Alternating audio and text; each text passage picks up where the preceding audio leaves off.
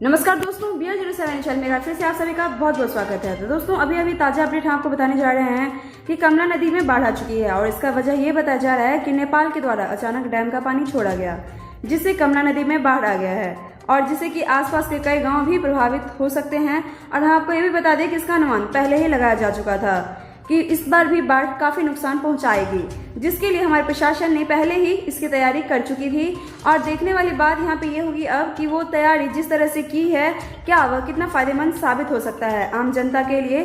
तो दोस्तों ये था हमारा आज का अपडेट और ये वीडियो हमें एक व्यक्ति ने शेयर किया है और अब देख सकते हैं कि यहाँ पे पानी किस तरह से बहाव चल रही है। बाढ़ से जुड़े तमाम अपडेट के लिए आप हमारे चैनल के साथ बने रहे। साथ ही दरभंगा से जुड़े हुए लोकल खबर या फिर एयरपोर्ट से रिलेटेड खबर, हर एक अपडेट के लिए आप हमारे चैनल के साथ बने रहे। और सबसे जरूरी बात, बेल आइकन प्रेस करना बिल्कुल भी ना भूलें और सब्सक्राइब बिल्कुल करें हमारे चैनल को।